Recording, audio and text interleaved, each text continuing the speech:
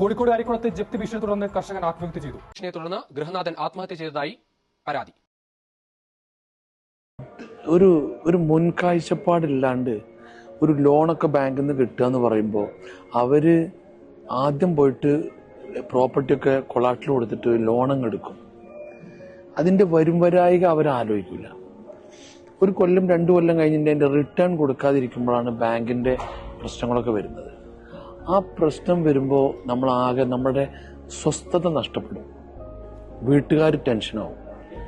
ഒരു ബിസിനസ് നല്ലത് വന്നാൽ ലോൺ എടുക്കുന്നതൊക്കെ നല്ലതാ, കുഴപ്പമൊന്നുമില്ല.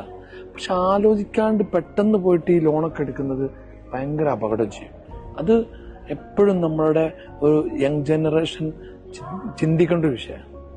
വളരെ ആലോചിച്ചു വേണം. ഇപ്പൊ നമ്മള് ഓരോരോ മാർച്ച് വരുമ്പോഴും ബാങ്കുകാർ ഇപ്പോൾ ഒന്നും ചെയ്യാനില്ലല്ലോ, അവർക്ക് അവരെ പൈസ കിട്ടണ്ടേ, ഇവർക്ക് കച്ചവടം നഷ്ടമായിരിക്കും.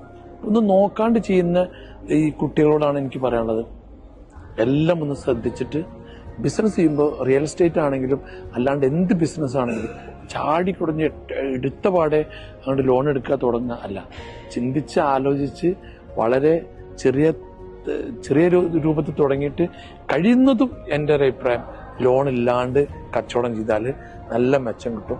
അല്ലാന്നുണ്ടെങ്കിൽ ഉണ്ടാക്കുന്ന കാശ് മുഴുവൻ ബാങ്കിലേക്ക് പോകും.